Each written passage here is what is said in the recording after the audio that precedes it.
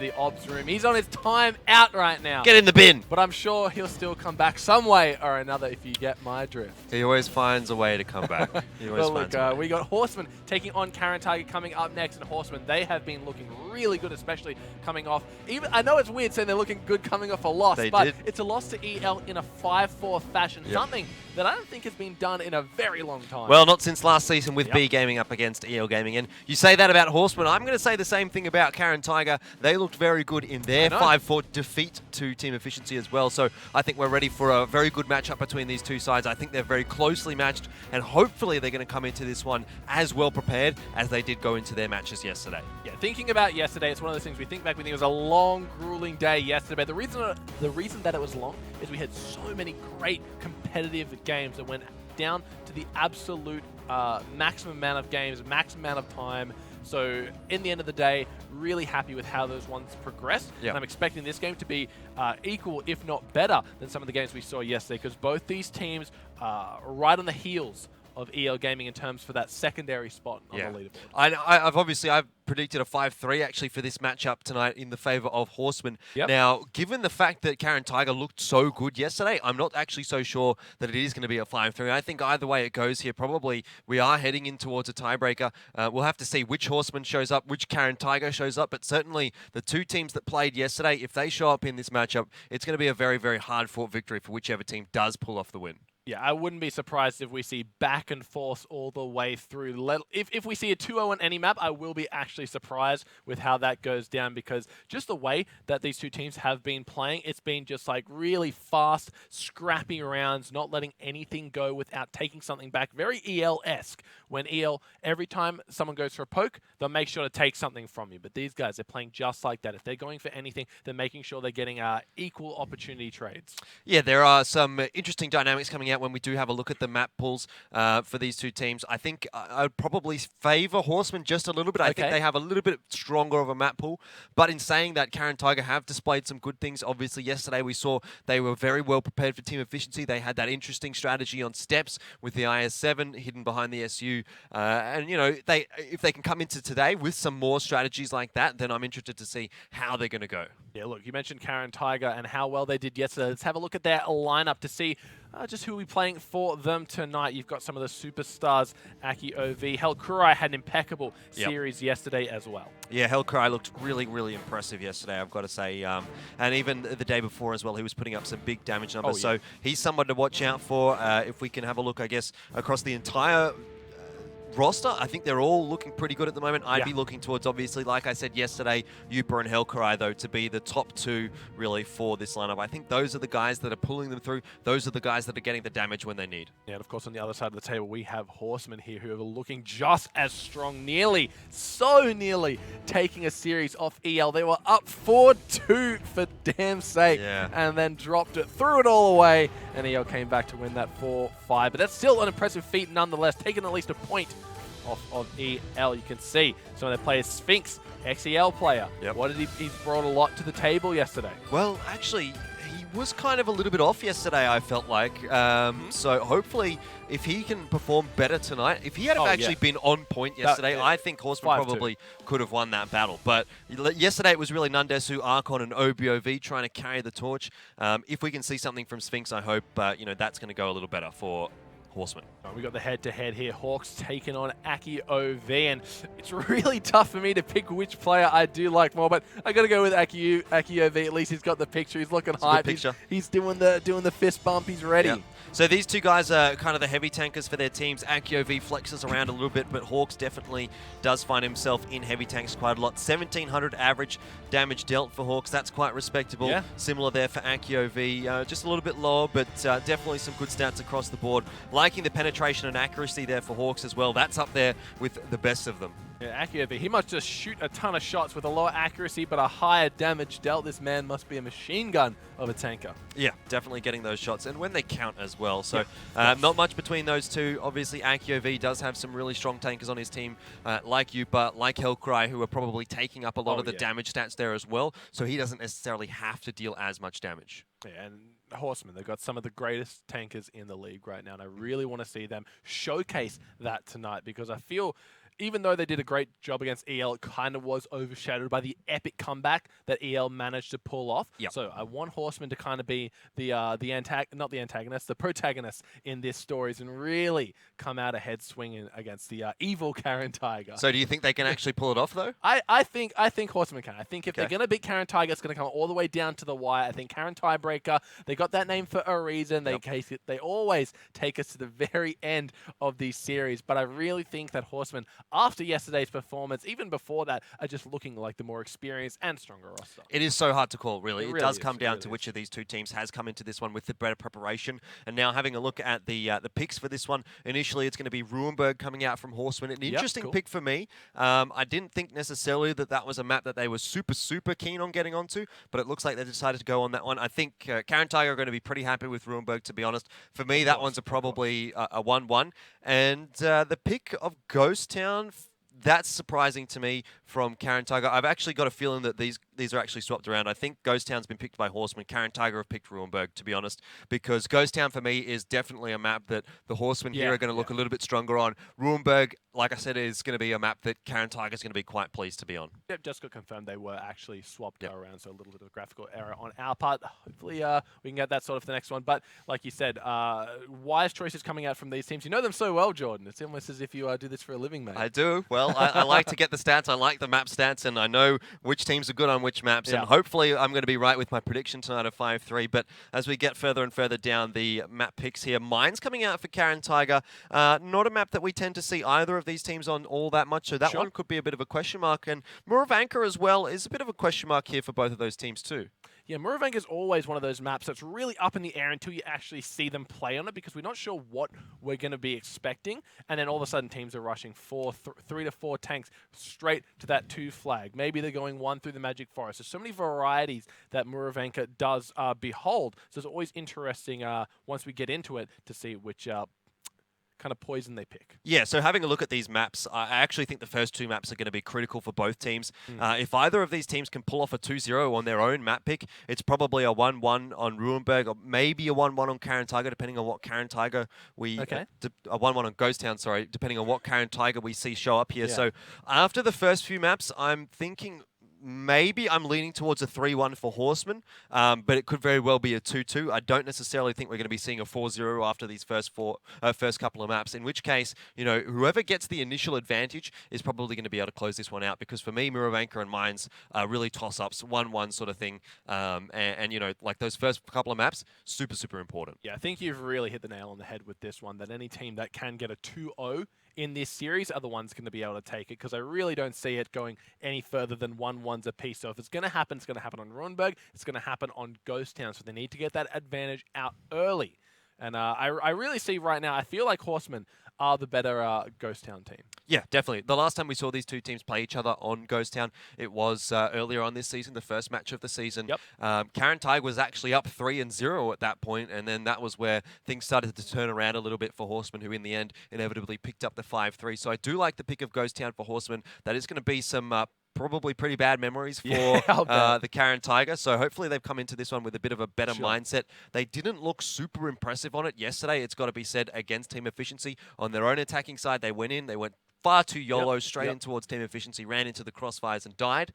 And on their own defensive side, well, team efficiency did the exact same thing that Caren Tiger did. They went in way too aggressive and walked into Caren Tiger's crossfires. So there wasn't that much that we saw really from Caren Tiger on Ghost Town yesterday. It's hard to get a read on how that one went for them, but I'm definitely favouring Horsemen on Ghost Town. If anyone's going to get a 2-0, it's going to be them. Yeah, and we've seen teams on Ghost Town, the ones that can abuse that S-Tank or the Oods up on that defense side, getting it up on the cliff, making sure you can see completely over the 1 flag, then just get a few heavies around that 2 flag. You pretty much have the map locked down from every single angle, unless they are able to sink a bat shot all the way over to the side, which we see very rarely happen. And I think EL, with the team to do it against Horsemen, they tried to go way too far and just got punished for it. Well, Ruinberg is going to be our first map for this matchup. We've talked a little bit about Ghost Town, not so much about Ruinberg. It's a viable map. It's so great to talk about. But yeah, Ruinberg. We see so many crazy things coming out on Ruinberg, especially when it comes to trying to cheese out a flag win. Well, I wonder which team's going to be starting off on the attack here. Is it going to be Caren Tiger starting off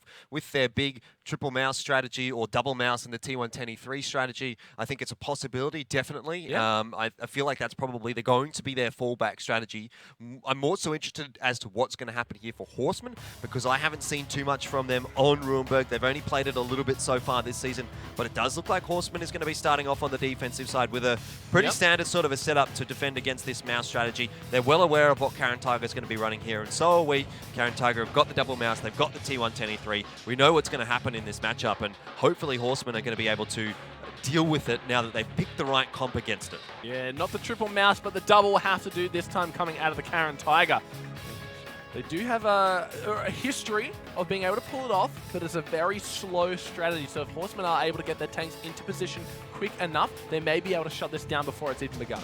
Yeah, well, it's going to be the slow and steady push from Caren Tiger, as it always is. Let's see where those two mouses are headed for the moment. Nadeko and Zenlon actually quite content just to actually sit in the town and not do a whole lot. Unsurprisingly, we've got a player scouting out through the mid angle there for Yupa. It's Polly in his light tank, just having a look down that line. But this is pretty much the standard setup for Caren Tiger. They've got the guy spotting north, they've got the two bat chats pushing up the south, and they're just figuring out what kind of information they can get here with those triple mouses, or the double mouse and the T110E3 even. If they can get shots on the cross for Horsemen, then that's great. Obviously hasn't been the case here though for them just yet. Horsemen unspotted for the moment. Look, I want to get a consensus here, because every time we have more than one mouse on the field, what are we pluralizing it as? Are we calling it the mouses, the mouse, or the mice? I'm going with double mouse. The double mouse? Because I think technically it's supposed to be Mäuse, which would be Mäuse? the plural of mouse in German. Okay, yep. But I'm not so sure that's easy to understand for people who don't speak German, right? So I'm going to go double mouse or triple mouse and hope for the best. All right, well, I'll stick with you on that one. They got the double mouse threat coming out of Caren Tiger. It's going to be even worse when the new tier 9 mouse comes out, because that's a Mäuschen. A Mäuschen. Which means literally little mouse. So I don't know what we're going to say with that. Double Mäuschen. Double Mäuschen. Oh, man. That's going to be a lot of fun. It will be a lot of fun, I'm sure, to listen to us flounder about on the desk here. But yeah, not too much going on in the terms of action. No one really trading shells at the moment. Everyone pristine, perfect tanks. They're driving around, showing it off straight off the show floor. Yep. Feeling good about that one. Yeah, so a fairly standard setup as well here for the Horsemen on the defensive side, though they do have a bit more presence towards the north than you might ordinarily see. Gorilla in his 113 obviously holding down that K0 line. That's typically a position actually taken away by the light tank. I'm surprised not to see the WZ-132 in that position, but obviously Horsemen have decided they want to put that 113 in there. They want a bit of extra damage potential and health potential from that position. So there could be pretty easy resets as well for the 113 down there if the double mouse starts to plonk themselves on that 2 flag, but we are starting to see a bit of a push here from Caren Tiger. I feel like we've seen that exact shot so many times with two mouses just pushing around the corner there, pushing down that line as always, and in the meanwhile, Caren Tiger, they're going to get their rotations going. Yupa watching the midline, of course, Mordame starting to rotate down through the town and rejoin his teammates. All right, well, looks like Horsemen have spotted out the double mouse, so let's have a quick listen in as they start to mount their defense. 你看得到吗？这样跟他进来的时候，看我看已经。我来亮。底线有查理伦啊，50B。我还没亮。哎，我好像掉线了。真假啊？等一下。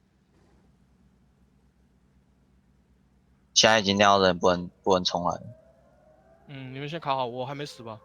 没事。下半区还有查理伦。双站点。有人可以亮一下占领圈吗？没有。他如果是在打2号旗，你们自己往这边靠啊，去中道先把123那个13清掉。我先离开。往前喽。他们离开，先不动。老鼠在上点，老鼠在。之前回来吗？他已经跳回去了。我还没连进来啊，等一下。我连进来了。你前面两条。你旁边。旁边两条鼠。他们要亲我，他们要亲。过来回防啊，过来回防。我往前了。往前。哎，旁边 Well, and those double mouse are taking a beating right now, but that's what the tank's designed to do. So, doing their job for the Caren Tiger, but Gorilla's the first one to fall on the side of Horsemen. We can see Caren Tiger, they've moved up quite far into the village. We don't really see fights going for this long around this area. Well, when you have a double mouse and a T1 10E3, there's a lot of health to pull through, and I'm actually quite content with how this is going at the moment for Horsemen. They have lost a little bit of health as I've been saying that, but look at how much damage they've actually managed to do over to Caren Tiger. Now it's just a matter of cleaning up the rest of these Caren Tiger tanks. They need to get some damage onto those low HP tanks, but they're in a good spot here. They could and should probably be able to win this one. Oh, looks like Yupa might be in a little bit of trouble should Archon and Spencer decide to peek around this corner. Ooh, bounces one shell. Archon's trying to angle his tank there, make life a little bit difficult for Yupa, but huge shot onto Archon. He's just decided he's going to go full ball right into Yupa. Yupa obviously on the reload here. Looks like they're going to try and track him up so that he can't turn around. As of yet, haven't managed to land that tracking shot, but you can see Spencer trying to hit those shots into the drive wheels. It's not happening. Here comes Helcura, though, from the flank. Archon and Spencer, they may have bitten off more than they can chew. The damage is definitely getting dealt right now, but Yupa looks like he may have been tracked for just a second. Archon. He's very low now. Spencer all alone, left out to dry. Here comes Polly as well. Spencer falls, and Horsemen just completely crumble that fight. Yeah, they do, but they still have the health advantage. They've got equal tanks. Yep. So overall, it's not the worst of trades. I would have liked to have seen Archon or Spencer survive that one, but it was a good bit of T1 10E3 defense, I suppose, from the Caren Tiger and those Batchats, but now the hurt is starting to come upon both of these teams. Yeah, Akiuv on the reload there. Nundasu does go down as Polly picks that one up. Hawks, OB, OV, and Sphinx, the last members left alive for Horseman. Caren Tiger, Yupa, he has 19 HP, so a straight rock would take him down. Akiuv bounces a shot from OB, OV, as he's trying to take out him. Akiuv, he's very close to that reload being completed. He's going to have to hightail it out of there, but now OB taking a few shots for his troubles.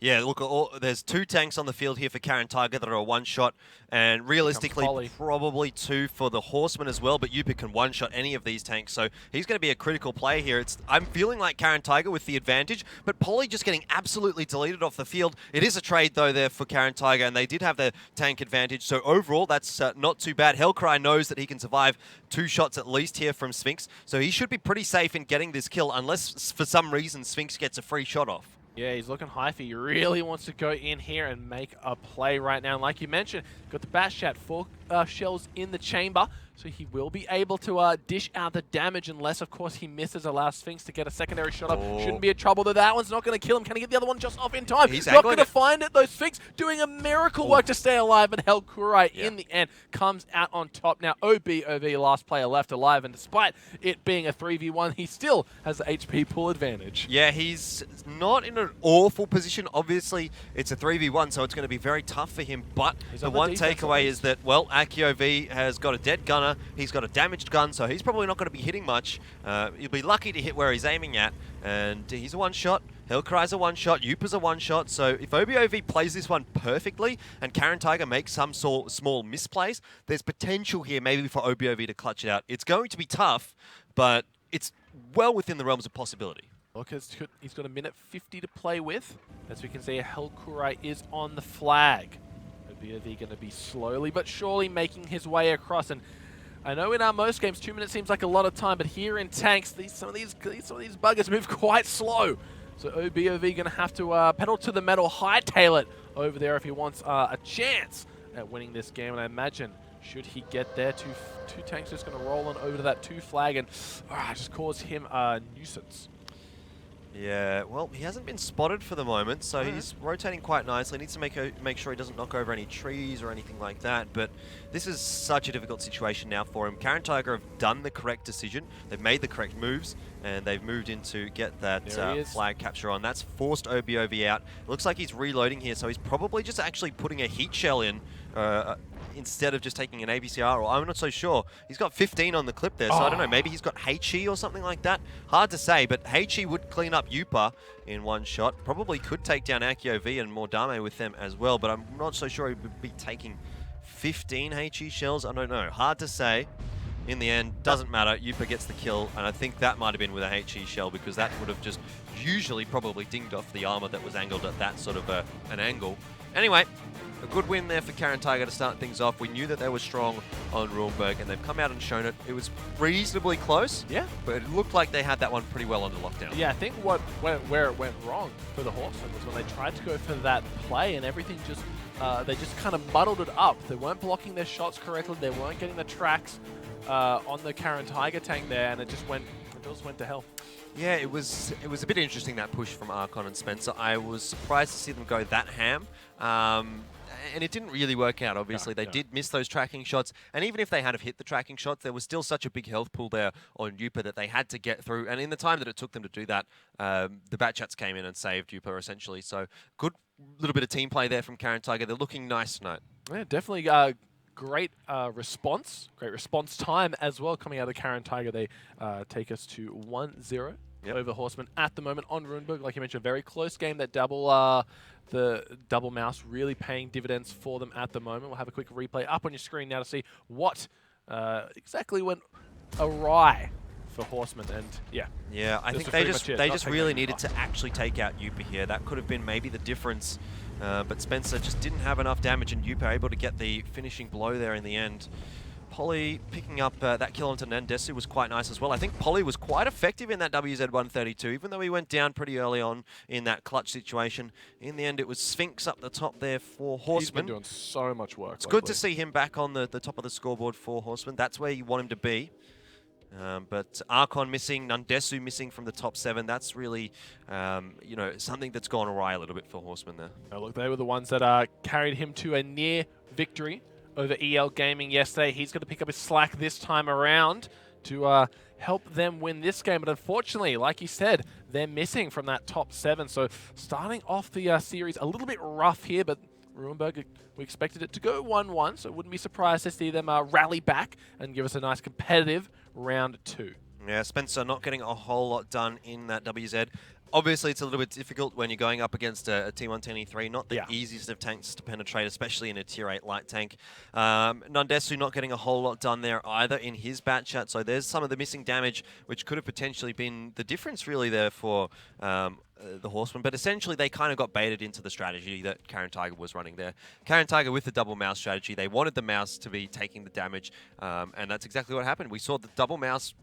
You know, those two mouses were the tanks that went down first for Caren Tiger, and in reality, that's probably the situation that they want, because it means the other tanks are still alive. The other tanks with extra damage, more DPN, are still available on the field there for Caren Tiger. So, a 1-0 for Caren Tiger. Not particularly surprised to see that one coming out now, but the important part is that they're able to 2-0 this. Yeah, this is going to be a really close game if they are able to tie it back up on the side of Horsemen. If Caren Tiger can get a lead right now, it may be too insurmountable for the Horsemen to come back. But we've got to remember, Ghost Town is the second map as well. That's Horsemen's pick. So they think they're going to be very strong going into this one. Good stuff from Caren Tiger on Runeberg so far. If they are able to take that second side, it's going to be very hard for Horsemen to kind of come back from that one. I want to see if Horsemen now on the attack can maybe pull something out of their hat here. Yeah, it'd be interesting to see what they do on the attack, because like I said, we haven't seen too much from the Horsemen yet so far on Runeberg, so we don't know really what sort of their fallback strategy is. I don't suspect that it's going to be anything too cheesy. We're not going to see any sort of shield wall on the flags.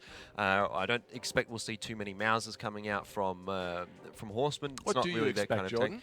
That's the question. Like, really, I'm not sure what to think. Yeah. Like, I'm probably leaning towards 50Bs, Batchats, 113s, probably out of the guys on Horsemen, perhaps a couple of IS-7s even to get into the pillboxes over towards the 2 flag. I think that's reasonably likely, but it's hard to say what exactly we're going to be coming out of Horsemen. Like I said, because we haven't seen too much from them this season. Yeah, and if they are able to kind of pull out something unique here, could potentially take the Caren Tigers off guard, but they seem to have their strategy cemented on how they want to play Runeberg here. So maybe if Horsemen just go back to standard, kind of play their game, play their tanks, they might be able to tie it up here against Caren Tigers, who did look very, very strong. Their mouse strat worked out perfectly. They were able to get them very far. We haven't seen the mice travel all the way across the map in a long time. Yeah, well, Caren Tiger probably having the best of times across the board from all of the teams in terms of their mouse usage. They've been a lot better than B Gaming, who's kind of the other team that does occasionally pick up the mouse. And it's interesting because they're both obviously the Japanese these Yeah. teams. So I wonder if Could forget maybe... TCZ there. Yeah, Oh, I guess they go well, for the E100. They go for a the little bit E100, more so it's a often. little bit different. But I wonder if maybe there's something between B-Gaming there and Caren Tiger. They've been scrimming each other, working together, sort of thing. Okay. Not necessarily working together, Well, but when they're you scrim feeding off each partnering, other almost. If you scrim partnering the same server, you're running into each other all the time, you do tend to pick up little tricks of the trade when you're going up against each other all the time. You start to notice little nuances. You go, oh yes, I see the double mouse really working, paying dividends for them. We're going to try that out. Suddenly it's working well against all the other teams that they're versing on the server. They start to bring it out into the APAC tournament. And worked for them so far. So far. I mean, across the board, it maybe hasn't necessarily worked out as well as it could have. Certainly for B-Gaming, it hasn't worked out too nicely. And even Caren Tiger haven't got the greatest of win-loss records. I think they're sitting on 3-3 now after that defeat to Team Efficiency. So it's not like they've got a perfect run here. Horsemen certainly looking a little bit better at 4-1, having gone down to EL yesterday. But I still kind of feel like these two teams are pretty closely matched, even though there's a bit of a difference or a deficit between their scorelines. Well, obviously, we've already seen Caren Tiger take out the first round, and that could have gone either way in the mid-game. It was that split-second decision-making to back up Yupa that allowed them to really get that kind of leg over the finish line here. But as we're going to be jumping into the second half of Ruinberg, let's take a quick look at the tanks that will be rolling out onto the battlefield.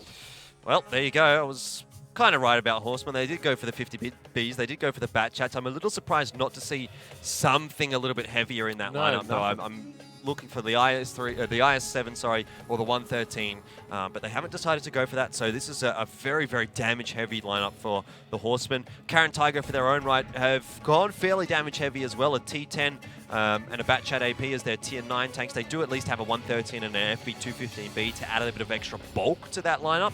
But this is going to have to be an almost perfectly played round by the Horsemen. If they get caught out, if those 50Bs or even a Bat Chat gets taken out of their lineup, it's just going to be such a DPM loss, and that's exactly what they need.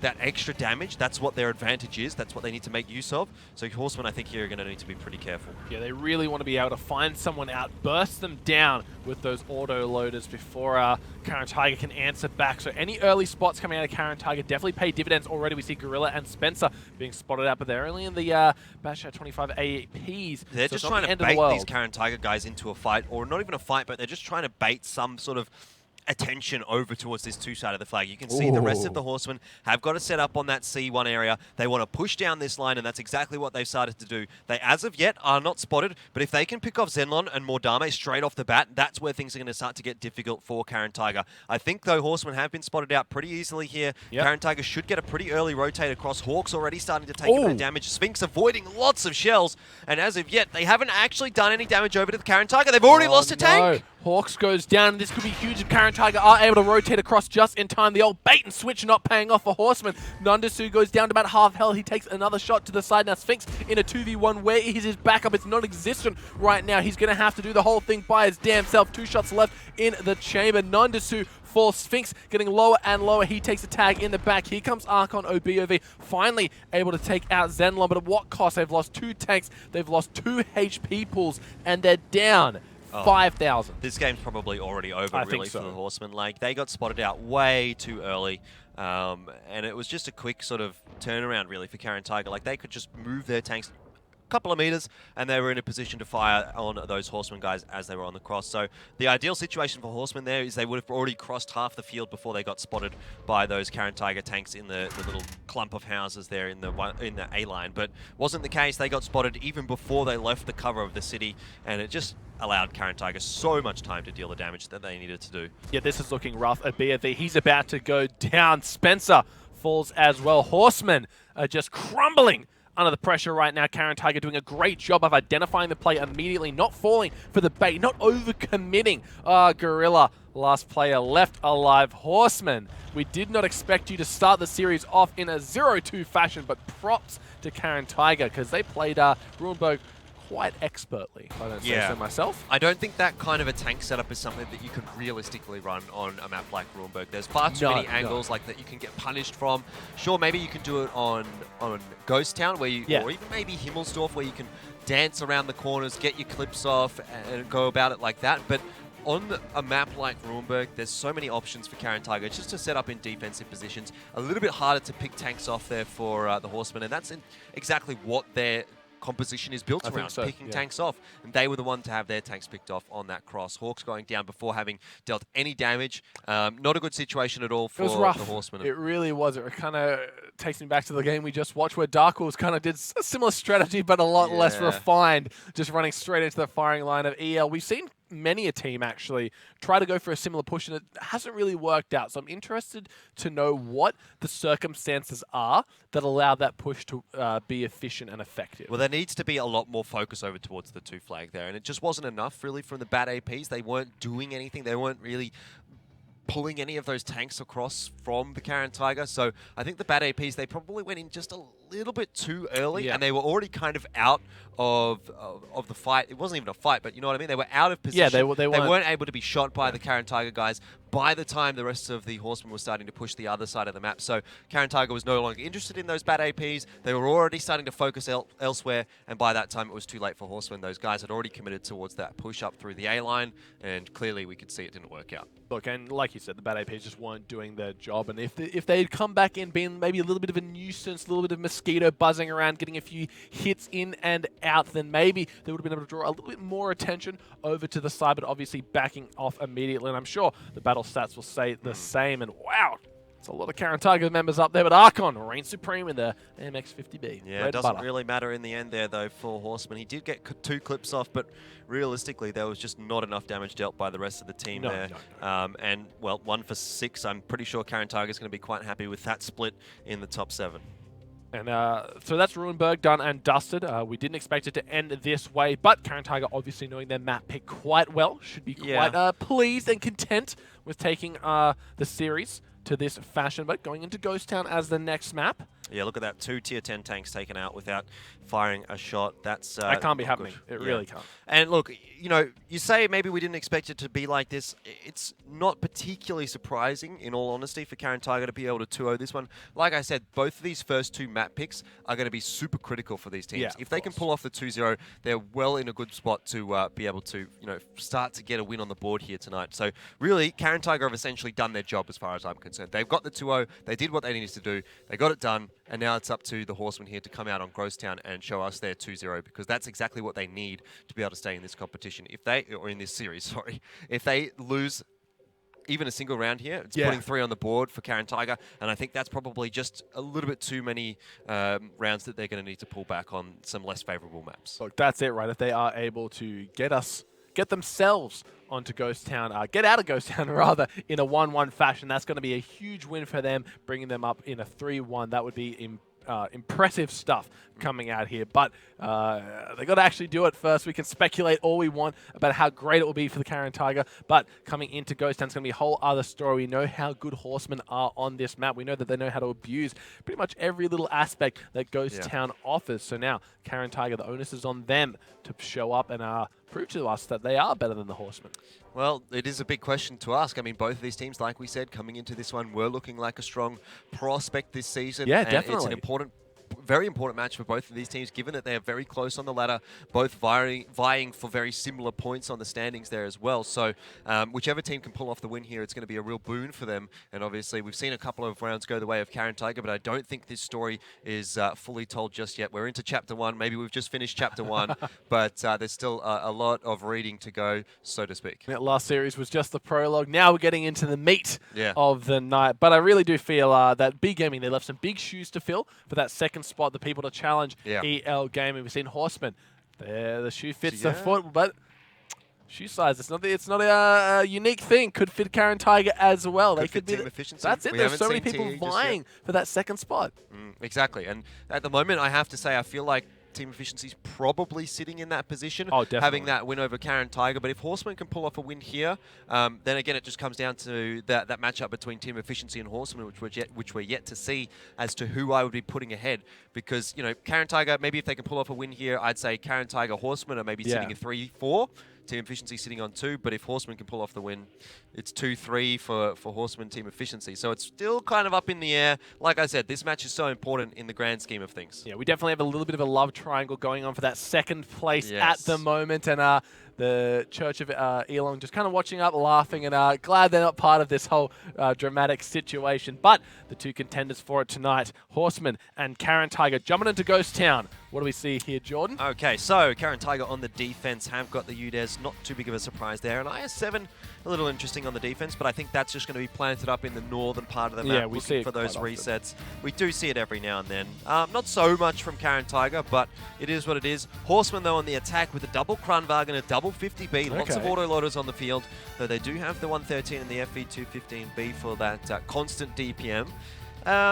You know, I'm not necessarily such a fan of having 2 Kranvagens and 2 50Bs. I think that may be just a little bit excessive here for the Horsemen.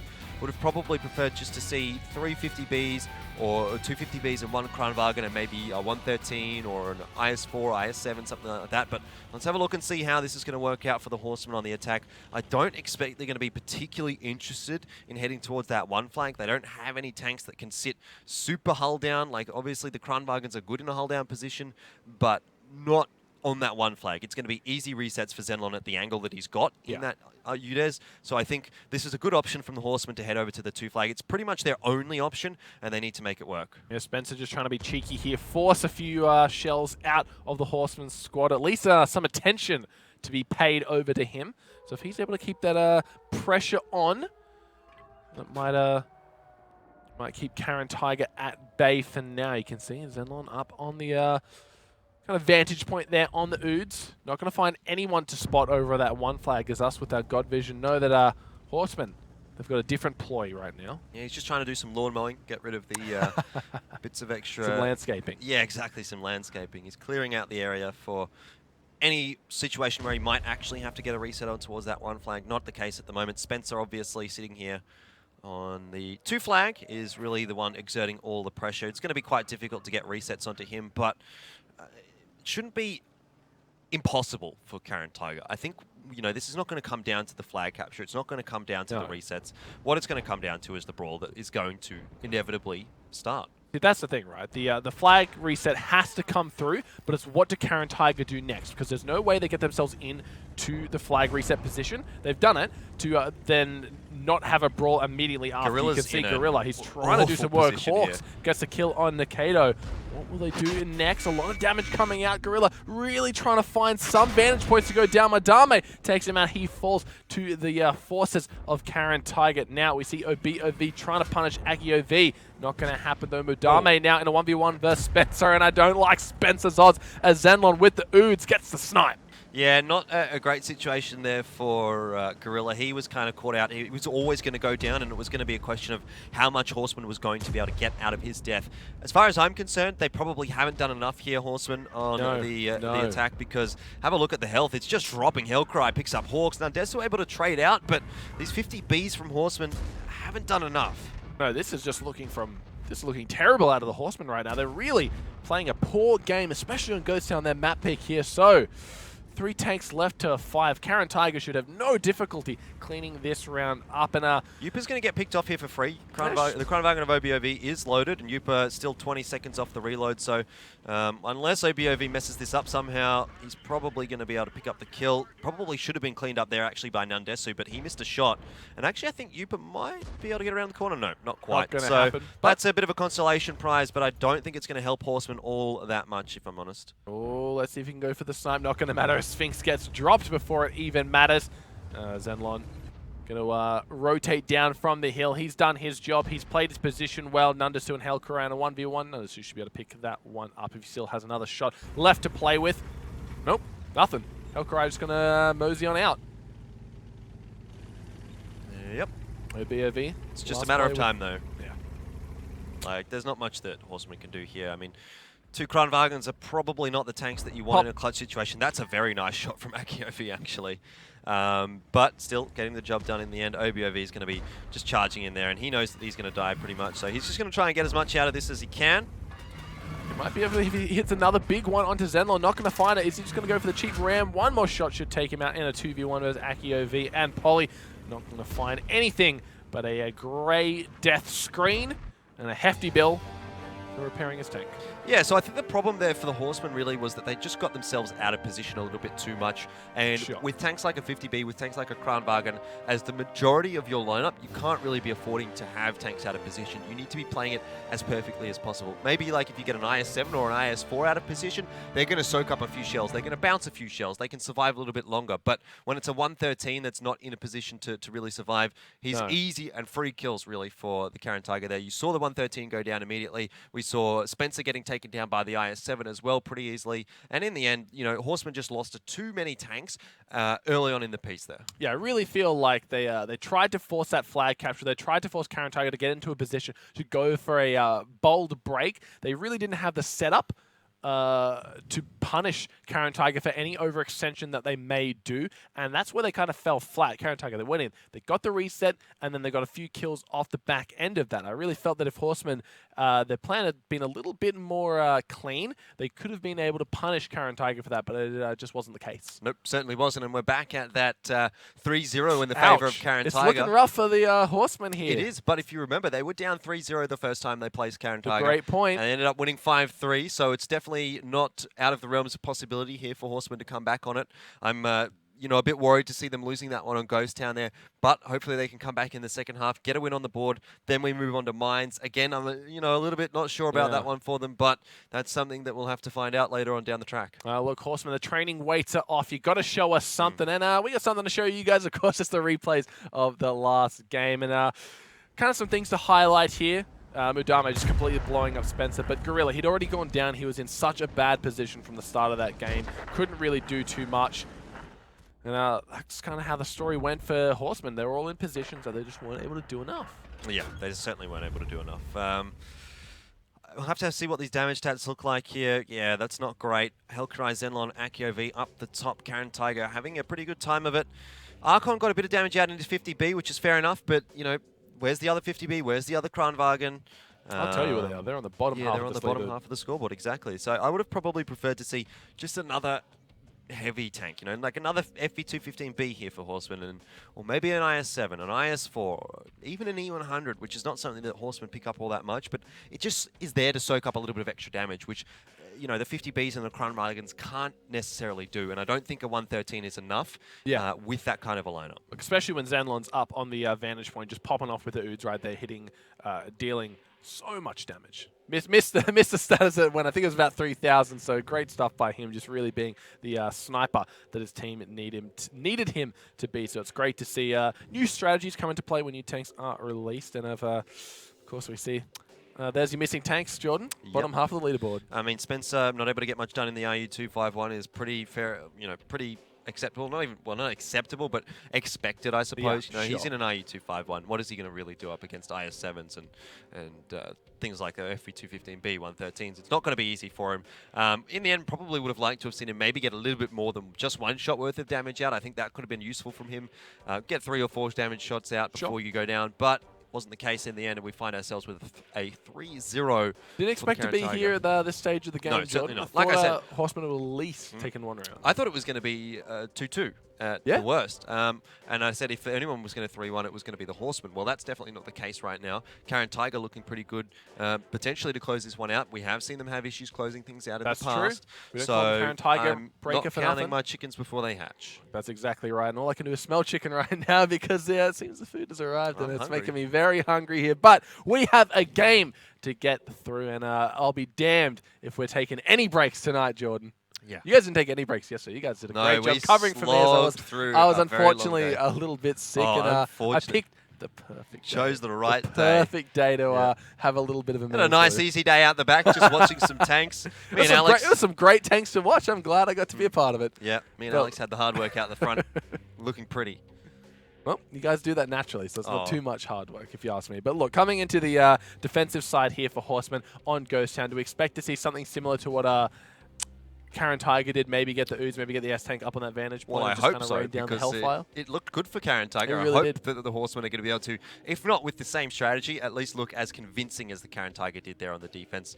Horsemen, we've actually seen picking up the artillery on the defense. Okay, yeah. That's what they chose against EL Gaming, and that's what they won against Yeah, it worked. EL It Gaming worked a with. treat. Yeah, and so I wonder if we're going to see Spencer again in the artillery piece. I'm not feeling that Spencer's been particularly effective in the RU-251 or even in any of the scout tanks, really, that we've seen him playing so far this season. So I would like to see even an artillery piece coming out. He was much more effective in that than he was in the RU-251, which we've just seen. So for me, I don't want to see Spencer just taking a tier 8 tank. Yeah, I think he hit the head, Or the nail right on the head. sorry. Yeah, he's just not working out for him. It needs to be something a little bit more impactful because that's what Horsemen needs. They're lacking that impact. Yep. They're setting up for their strategies. It's kind of obvious what they want to do. They want to force something out of Caren Tiger. Time and time again, they want to do bait and switches. They're being proactive, but it's just not working. They need a little bit more impact if they want to make this make the damage stick. Yeah, and I'm really looking to Sphinx, Archon, and OBOV really, and even to an extent Nandesu, to be all stepping up at the same time. You know, we've seen a decent performance from Sphinx. We've seen a couple of decent performances from Archon tonight, but they haven't all fired together. Yeah. And that's why they're not being able to win rounds. They need at least 2 or 3 of those guys to be putting the damage out at the same time, getting the important damage out as well. That way, they can potentially put a round on the board. Look, I think that's a great point to make because these guys are just not pulling their weight. And it's painful to see because we know how well they can do when everything is firing at all cylinders for this Horseman lineup. And they're just crumbling, it seems. And I really hate to see it because they have so much potential. They have such a high skill ceiling there. We saw them take it all the way to the end on EL. And maybe the repercussions from that series, dropping the ball after being so far ahead may have been a little bit of a psychological disadvantage coming into the series. I mean, doubting themselves a bit. I think that's an interesting point. I know that for sure that would have been a very disappointing series to lose there for Horsemen. Of course. So maybe you're on the ball there. Maybe they are having some sort of, you know, mid-series meltdown. Mid-series meltdown even, yeah. Interesting that you'd go for that, but okay. It's potential. It's potential. I don't think it's, you know, if that is what happening, if that is what is happening, it shouldn't be happening, really, because getting 4 rounds off EL Gaming is actually a very good result. And even though they do lose it in the end, they have to recognize that they've been able to take EL Gaming to a tiebreaker, which no one else has been able to do. That's a hard pill to swallow, It is. because one of the things when you're a competitive gamer, you go into every game wanting to win, expecting to win. So when you lose, the result it's just not the one you're craving. So I'm sure in the future when they look back at the game against EL, when it's not still fresh, the wound's not still fresh, they may look back and okay, we did a great job there. This is what we did strong against the best team. This is what we kind of messed up. But right now, they may still be reeling from that loss. There was definitely a lot of things that went wrong there for Horsemen, which they probably should have been able to pull off the victory from. Of course. You know, like I said, you know, 4-2 down or 4-2 up, you should always be winning that series. And to allow EL back into that, obviously it's got to hurt really for the Horsemen. But, you know, things to work on. I'm sure they would have been able to quite easily highlight their mistakes there. Yep. It's always easier to see your mistakes in the games that you lose than it is in the games that you win. So hopefully they would have been able to work on that, or I would have hoped they could have worked on that from last night to tonight. You know, it's not looking like they're anywhere near as good as they were last night, though. No. And I feel like this is Horseman's last chance in this series to for sure. show up, bring us a win, give us a competitive series, come out swinging, because I really didn't expect to be here in a 3-0 with Caren Tiger leading it, because that's just unfortunate for them at the moment. So if they don't take out this win, if they go down 4-0, I feel like they're just going to roll over and die. Yeah, I don't think there's any coming back from a 4-0. I'm not sure that we've ever seen a win from that position. But, you know, that's something that Horsemen are going to have to focus on here. Having a look across at another head-to-head matchup here tonight, Rogi. It's Nandesu and We got the stats, Polly. we may as well use them. Exactly. Nandesu up towards the top of the damage dealt, generally speaking, for the Horsemen. He's sitting on 1940, which is quite respectable. Actually in 10th position in terms of average damage dealt per round. So that's quite nice to see. Polly obviously falling a little bit behind there. You can see the stats across the board are looking probably a little bit nicer there for Nandesu. Better pen, better accuracy, better average sniper damage, which, I mean, is kind of a, you know, either here or there status. Yeah, it's a very unique... it's not like it matters how much sniper damage you're doing. Really what we want to see here is the average damage dealt. We want to see the good pens. We want to see the good accuracy. Although Nandesu takes a few more hits per round, it's definitely, to me, in this matchup, looking like Nandesu puts himself in positions to do damage. He does take a little bit more damage, but he's certainly getting his worth out of it as well. And coming into this series, both the head-to-heads we've seen favored the Horsemen. Yep. Pretty much all past results favored the Horsemen. Yet it's Caren Tiger who are leading the series right now in a dominating position with a stranglehold on what seems the Horsemen. Looks like they've got their number. They've got their picks here. And speaking of picks, let's have a look at the tanks. Well, Caren Tiger with a couple of WZ 111s. That instantly screams to me a Northern Flag push, but in response to that, Horsemen do have, of course, that UDES, which is going to be sitting up on the boost. No questions about that. I feel like that's becoming a standard on Ghost Town defense. Yeah. We see it more times than not these days, at least. And teams that can properly utilize it are the ones that are really making Ghost Town their bread and butter. Yep, definitely. And as you mentioned, this is pretty much the last chance for the Horsemen. They do have a decent sort of a setup to deal with this lineup from Caren Tiger, who is reasonably light across the board. If they can get that 113 and the FV215B in there while the 50Bs are on the reload, there's a good chance Horsemen can win this matchup. But it's going to come down to really how Caren Tiger go about this. If they do something silly like they did yesterday on Ghost Town, that would be disappointing to see, and I don't think they're going to be doing that once again.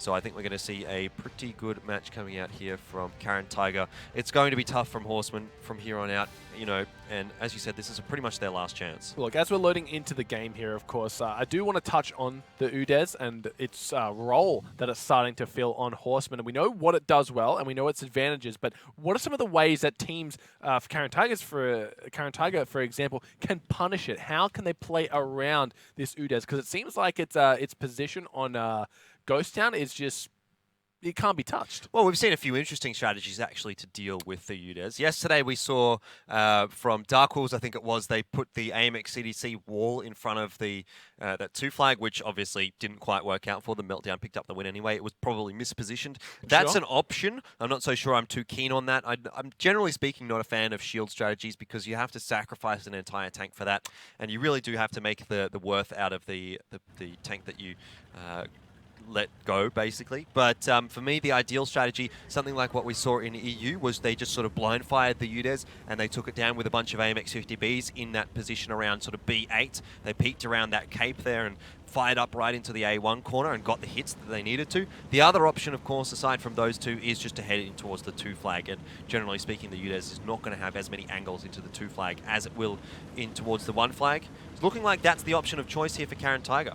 And look, you're in the Go-Go Gadget seat right now. You had the option to draw on the map, and you didn't take it. I saw you penciling it with the pen in hand. You had the power right there, and just didn't take it. But a very aggressive swing around for the Horsemen. What are they playing at here? Caren Tiger, Caren Tiger's going aggressive again. They've decided they want to take the fight here to the Horsemen, and I wonder if Horsemen are ready for this. Oh, it doesn't look like it. They have to move their forces back. Actually, Aki OV, he might be in trouble. He gets absolutely obliterated, taken on the map. But now Archon, he could be in a bit of trouble, but there's Nundasu behind them getting the damage dealt. Archon, can he back up? Can Hawks and Sphinx get there in time to help him out? He's out of ammo, but he's not out. He's out of the danger at the moment. Here comes Hawks, gets the kill onto one of the players there. Now Hellkurai, Polly and Yupa, they pick up 2 kill apiece. Yeah, Horsemen pretty lucky to have Archon survive that long. Caren Tiger desperately needed that kill, and we're going to be seeing a bit of a lull now in those AMX 50B reloads, the Kranvagn reloads. Is this what you call a lull? This is absolutely, well, this is a bloodbath, mate. This is where Horsemen need to take advantage of it, because they're the ones that don't have the autoloaders. They've got Gorilla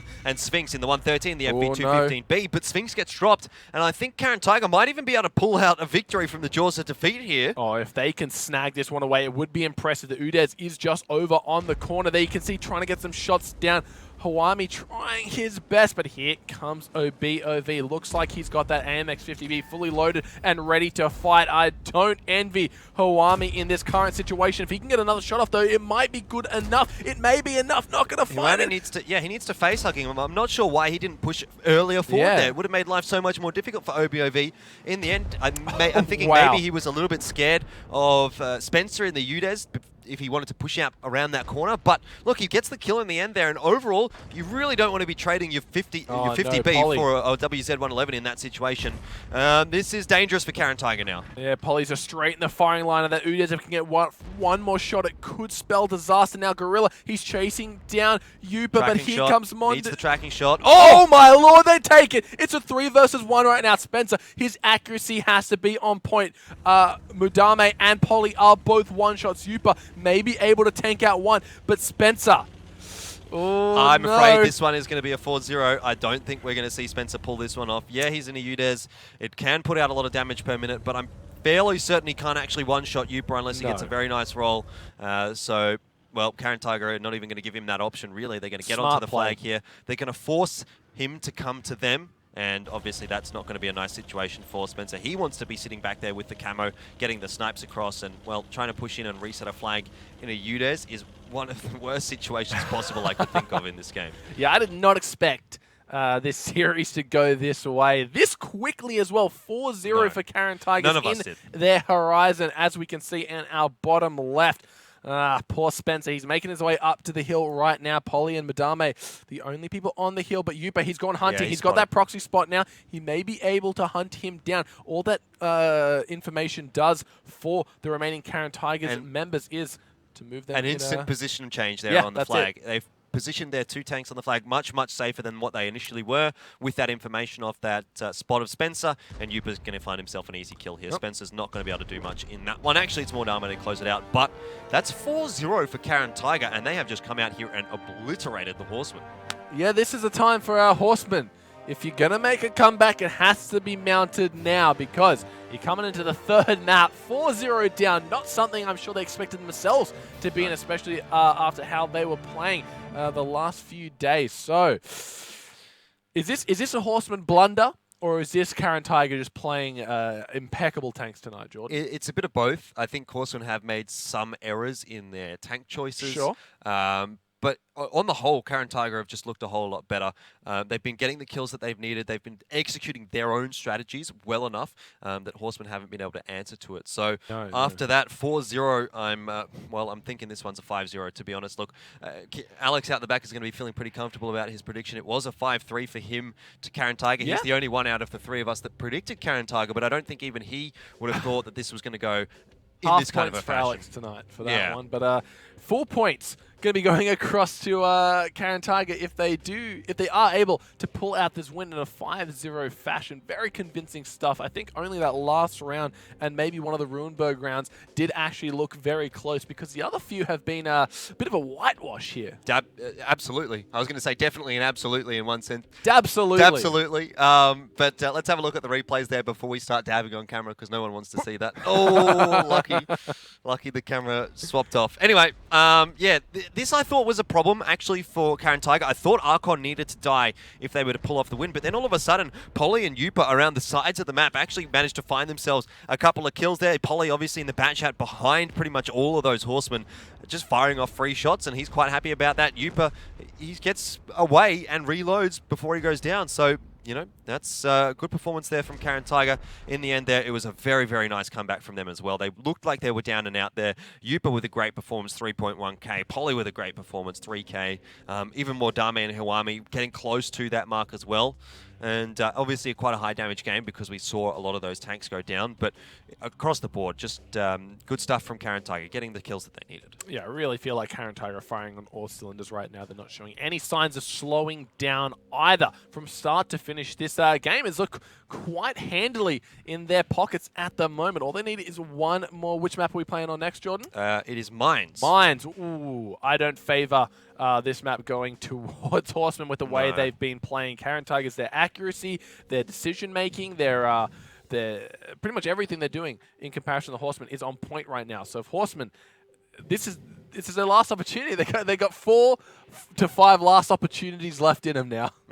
Well, yeah, should they win one? It is a bit of a risk here for Horsemen of getting 5-0'd because, to be honest, I don't really back them necessarily on Mines. They have a 33% win rate on it so far this season after 6 rounds played, which is, you know, a fairly decent sample size. It goes to show they're not super comfortable here on Mines. It's not much better for Caren Tiger, to be honest, but at least they're sitting on a 50% win rate after 6 rounds played. So, statistically speaking, Caren Tiger coming into this one with a slight advantage. Now, it is Horseman's pick, so I wonder if maybe they've got something up their sleeve here, and I goddamn hope they do. Yeah, and I'm sure they're feeling the exact same vigor that you are right now, Jordan, to pull this series back in and make it competitive, because right now it's looking quite one-sided, way more one-sided than I would have expected coming into this. And I'm sure everyone watching at home who've been watching Horsemen and Caren Tiger throughout Season 2, even Season 1, it's clear Horsemen are the favourites coming into this. The stronger team against different opponents. You said last time they versed, they beat these guys in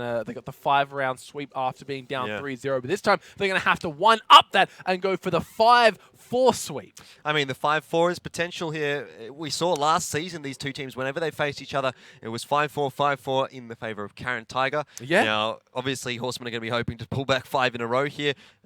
I'm really questioning whether or not they're going to be able to do that. They're not looking like they're in this matchup at all, to be honest. Look, 5-4, 5-3, the score doesn't matter if you win the rounds consecutively, and that's how they did it last time. They won 5 consecutive rounds, so all they need to do is do the same thing again. This time the stakes are just a little bit higher. Yep, they have no rounds left to play with. No. Obviously, they are going to have to get that 5-0 sweep to bring it back to 5-4 if they want to pull off the win here. Even if they can pull it to a tiebreaker, I'm going to be quite impressed because getting that 4 would be in a row, nuts. That would be nuts. Is going to be a bit of a mammoth task for them. So, yeah, it is going to be nuts if they're able to pull this one back to the tiebreaker. I'm not calling it like that, though. No. I'm calling this one. I think we're done. I think we're getting into mines and we're getting out of mines. And I'm pretty ready to call this one, to be honest. I think Horsemen just haven't shown up, and Caren Tiger definitely have. This week has looked very good for Caren Tiger. Even though they went down yesterday to Team Efficiency, they were looking quite good against Team Efficiency in most cases. There was a couple of rounds where they went a little bit silly. Yeah. They went a bit too aggressive. But the other rounds that they were playing, they looked well researched. They looked well prepared there for Team Efficiency, and they're looking very well prepared here for the Horsemen as well.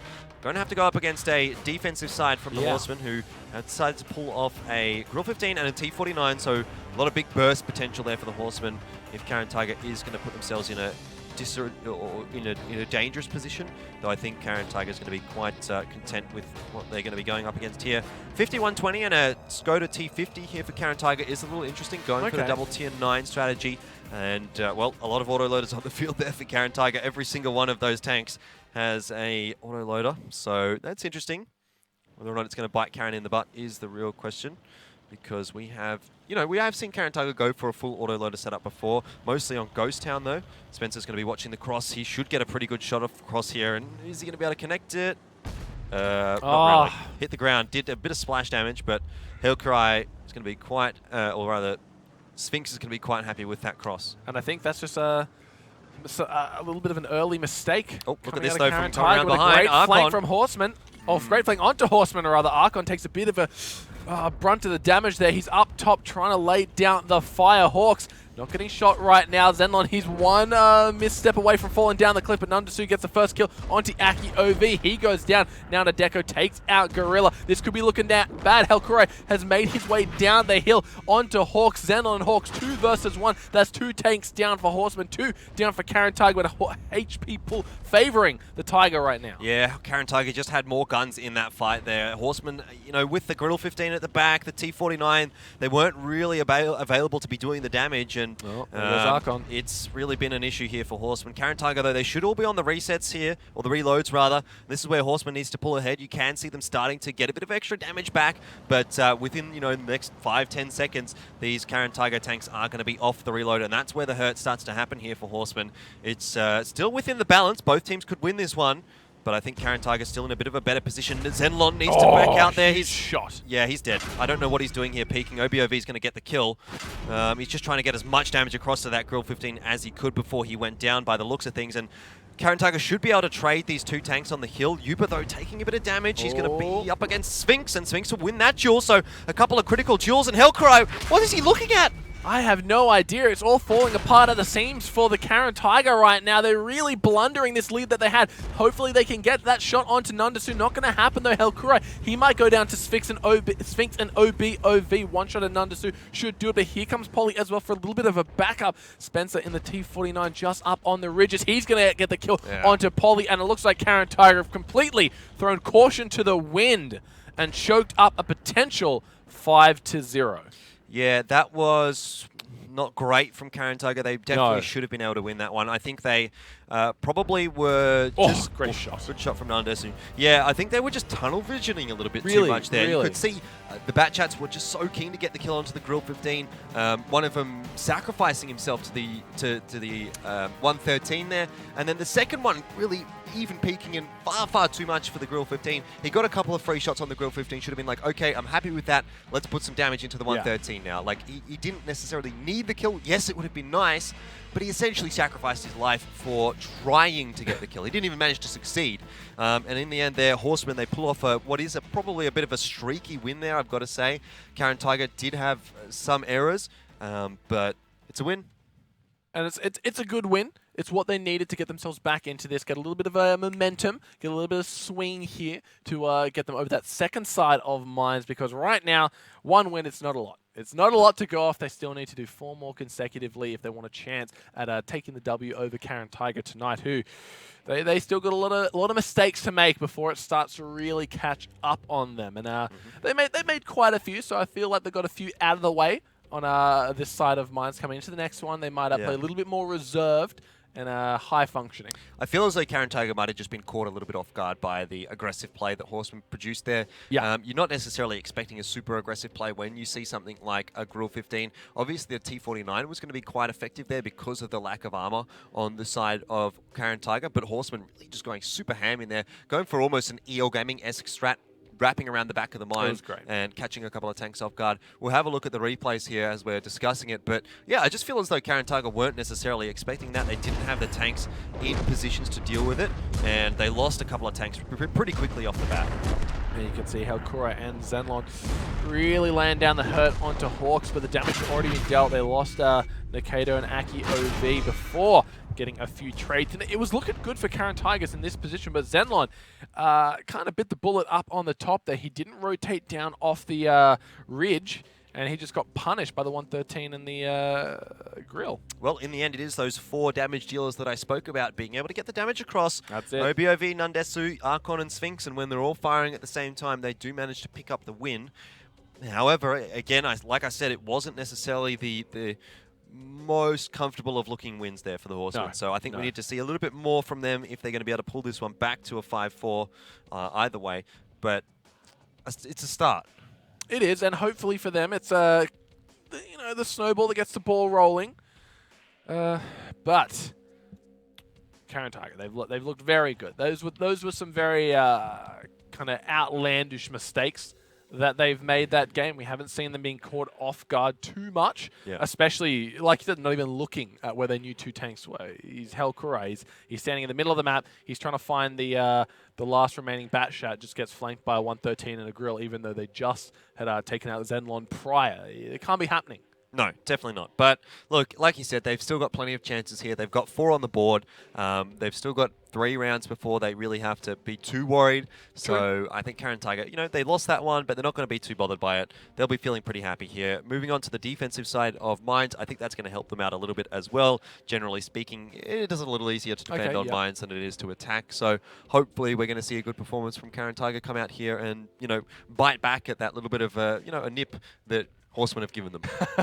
Yeah, I tend to fear a tiger bite more than I do a horse bite. Yeah, although I feel like a horse bite would probably hurt. It would still hurt, but you can recover, you can rebuild. Yeah. A horse bite's not a fatal injury. A tiger bite, you're done. You're out. You're in the bin. It's game over. And right now, Horsemen, they're nibbling back. The carrots slowly getting chunked away while the Caren Tiger are walking around with a few arms and limbs that they've ripped off. Yeah. So, well, there's still a bit to come back here for the Horsemen, apparently, if you want to follow that analogy. If you can, that's a commendable effort. Can they even come back from it if they're missing some limbs? I don't know. No. Anyway, we're going to find out because we'll be moving into the second half here of Mines, and we said it was the last chance there for Horsemen in that previous round. Well, it's still the last chance. Yeah, they've got the last chance again. It's going to be like that all the way up until they either find victory or they lose. So they're still hanging on by the skin of their teeth. Their fingernails are clutched onto the edge of the cliff there, but it's not looking so great for them at the moment. But they still have a chance, and that's what's important for them. And all Horsemen, all Caren Tiger need to do is long live the king and smack the Horsemen down into the stampede of Buffalo right now. They'll be able to take this series away quite convincingly, but do they know what needs to be done? Because it was an obvious, very aggressive flank coming out of Horsemen that caught them off guard. They got to make sure that they're not liable to be damaged that way again. How can they go up about repairing some of these blatant holes. Yeah, look, they just need to be hitting their shots a little bit better. They need to be calling a little bit better. We've seen a few times where Caren Tiger have had low health players that haven't been cleaned up there by the Horsemen, and it just feels like Caren Tiger are getting themselves in better positions as well to do damage. We tend to see most of the fights that are happening, almost all of the Horsemen players are involved, but not all of the players from... all of the Caren Tiger players are involved, but not all the players from Horsemen are necessarily involved in the fights, and just feels as though some of the Horsemen players might be just getting to the fights a little bit late. They need to be a little bit more on the ball, and hopefully they can pull off something that way if they can get all their tanks in their fight, if they can get their focus fire down, if they can hit their shots. Yeah, I really think that's what it all boils down to, and unfortunately for Horsemen, it's something so easy as something simple rather as accuracy. They're just not hitting their shots. They're not getting the correct amount of damages down in the correct amount of time. The players on Caren Tiger, it's not like they're not putting themselves into these vulnerable positions. It's just that they're not getting capitalized on. Yeah, it's a little uncharacteristic there for the Horsemen maybe not to have the top accuracy. They, generally speaking, are up towards the top. I mean, they're sitting around 75% overall as a team. Impressive stuff. Which is within the top 3. Actually, top 4. Team efficiency is about 83%. And then we've got Gaming and Horsemen, which are about 75%. Dark Orbis as well, up there as well, around 75%. So, you know, they are up there in terms of their average accuracy, but, you know, it's an interesting point. Maybe they're not hitting their shots tonight. Yeah, and it really feels like it because there's so many times that Caren Tiger tanks are just limping away with a slither of HP that should have been taken down in the last fight and somehow have been managed to, you know, mosey on out. And one of the things, it doesn't matter how low your tank is, unless it's been damaged in some irreparable ways, it's still going to deal a good amount of damage. Yeah, well, speaking of tanks, let's have a look and see. We're always speaking of tanks on this broadcast. Yeah, let's have a look at which of those tanks we're going to be seeing coming out here on Mines. And Caren Tiger with a very, very heavy oriented defensive setup here. Double IS-4, an E100. I mean, you can expect to probably see an E100 every now and then on Mines defense, but a double IS-4, that's something a little bit interesting for me. Yeah. Horsemen with pretty standard sort of attacking setup, and one thing I failed to mention until this point, of course, is the Lorraine there for Caren Tiger as well. So they really just want to slow things down a little bit here. They want to make the they want to make the Horsemen sit in their positions, get some damage across with that Lorraine of Opalisk, and hope that those big heavy tanks can be a bit of a threat, or enough of a threat here that Horsemen aren't going to push in and do anything too crazy. I feel like the Horsemen have already been spotted out here by Caren Tiger. AkiOV does take a little bit of damage for his troubles. You can see the shot coming missing onto Hawks and Archon. They've made their wrap around here onto the docks. AkiOV is in a nice little vantage spot. Should be able to get some damage down whilst keeping himself safe. Is he going to try and take the 2v1 here? He knows there's 2 players there. I don't think he should take the 2v1 here at all. He doesn't have... you know, he's already taken a shot, so even a 1v1 is going to be dangerous for him. So I think what he's trying to do here is just get a safe proxy spot. Instead of pushing forward where that bush is, that sort of bush system is, which means he could have gotten shot from the one line, he's decided to just push down the side there, get the spots out. The Batchats coming around behind him are going to help him out, and there's the early pick for the guys on the Caren Tiger. Yeah, you can see AkiOV, he went over the top of the hill and went behind them, so Nikaido and Polly were able to finish off those 2 Horsemen members, and I think this could be the disaster right now for the Horsemen. They really need to capitalize, but they're putting all their shells into the E100, and that's what his job is, to soak the damage. Here comes Mudame in that IS-4, made his way back around. A huge shot onto Spencer. He gets obliterated. Mudame picks up that one. Now Gorilla left all by his lonesome. Where are Horsemen's armies? Because they sure as hell aren't in the fight. Huge 861 damage shot coming out of Mudame, really making this IS-4 work. Yeah, this is not been so great from the Horsemen there. They kind of got split apart. It was 3 Batchats versus 2 over on the beach, which we didn't see the fight of. Obviously, in that case, Caren Tiger with the 3 Batchats are going to come out supreme. They kind of had the element of surprise as well, with those 2 Batchats remaining unspotted until that fight began. And really over towards the other side here, that's like the fact that Caren Tiger had so much health to pull through, the rest of those Horsemen players couldn't get a win, even though they had the tank advantage. And well, that's going to be that. Caren Tiger finding it 5-1 over the Horsemen. An amazing display from them tonight. We did not expect to see such a one-sided result. Smashed. Absolutely. They smashed them. They absolutely disemboweled them. It was not a competitive game at all that we expected it to be. If you'd asked me what would have been the most competitive game of the day, I would have said Caren Tiger versus Horsemen without a doubt. But Caren Tiger, they came up, they showed how to play us. Some great tanks tonight. I'm really impressed and really looking forward to see how they perform in the weeks to come. Yeah, definitely a good performance there from Caren Tiger. And even the one single round win that Horsemen got there didn't look entirely it looked like a Caren Tiger mistake rather than a Horseman victory right there. Yeah, exactly. So Caren Tiger are going to be very pleased with how things have turned out here. It's been a very poor week for Horsemen. They've lost a couple in a row. Obviously going down to EL is expected.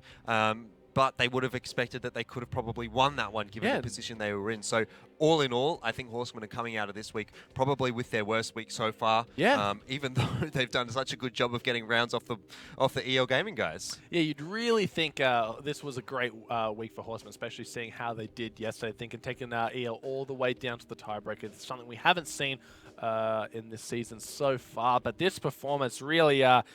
it puts them down a few notches on the belt here on how much I'm valuing Horsemen as a strong team. And I don't know if that's just, it's a bad night. Obviously, it's a bad night in the Horsemen camp, but it just shows they have the potential to have some really bad nights. Yeah, I think that definitely does give us a better indication as to how some of these teams are going to be sitting on the scoreboards later on tonight or in the standings. But we'll have a look at the actual post-battle stats here. And it's Yupa up the top again for Caren Tiger. He's definitely not shy of being the top damage dealer for Caren Tiger at all. He was hitting massive 600 to 800 shells of damage every single time he came off the reload. So props to him. Poly, Akio V, Nakato, and Opalisk. He got some good Lorraine shots, doing about 2k damage in 2 shots. And kind of seeing why you're not a fan of the arty here, Jordan. Yeah, look. He didn't even see combat. Yeah, he got that one big shot into Spencer, which obviously did a lot of damage there. But yeah, I'm not a fan of a tank like that can do so much damage without being seen. I'm just not a fan. I'm sure many people also aren't. But we're having a look across. We're beating a dead horse. Yes, we but are. Guess who also did? Caren Tiger. You were setting that one up for a while, weren't you? I was trying. Well, we got there. Anyway, so Sphinx got nothing done in his TVP. Hawks got very little done in the bat chat. Even Archon not having too much damage done in the bat chat either. So, yeah, a little unfortunate for the Horsemen there. But, you know, I think that was kind of the way that the series was going. What is it that Alex says instead of that's where the cookie crumbles? That's the way the tracks fall off. That's the way the tracks fall off. Someone's got to represent Sweaty Blakey here on the broadcast when he's not on. Yeah, look, great stuff, Alex. Love your work. Yep, it is what it is there for Caren Tiger. I mean, like you said, that's the way the tracks fell off there for the Horsemen. They didn't get the job done tonight that they needed to do. They didn't show up against the Caren Tiger, and well, Caren Tiger certainly did show up tonight. They looked well researched. They looked well practiced. They looked like they were working together well as a team, and you know, can't complain at all by that performance. Well, they've got me looking forward to the next game and really excited to see where they can go from here because this is a huge win. Remember, it's not just a huge win that they beat Horsemen, but in such a convincing fashion. This is really big for them going forward. This has shown me new things about the Caren Tiger that I wasn't quite aware of. They have great team fire when they're on point, and I really think they can rival that second spot when they come up against team efficiency on the next spin around the globe. Yeah, you have to feel like the next time they do come up against team efficiency, that's going to be an incredibly important match for both teams. Honestly, I think Caren Tiger could have definitely picked up the win yesterday against team efficiency. There was a lot of mistakes being made by team efficiency, but the problem for Caren Tiger is they themselves made their own mistakes, and team efficiency was just a slight bit better at capitalizing upon those mistakes. They obviously picked up the win. Well, let's delve into the juicy stats that are the post-game statistics here, and we see Yupa and Poly just putting up numbers, boys. 2.9 average per battle. That's a lot from Yupa. Poly even as well, putting up some big damage numbers. We actually looked at him earlier on in this matchup, and he had about an average of 1 to 1.5, if I'm remembering correctly. But Yupa sitting on an average damage delta of, well, you know, not quite that much. He's about 2.1k, so this is going to be a good boost to his stats. Overall, a pretty decent performance there from OBOV, but across the board, just sad to see so many Horsemen players not getting the damage across that they need. Yeah, Gorilla really fumbling this series. This guy's usually putting up huge numbers and playing one of those tier 10 tanks often. You can expect Spencer.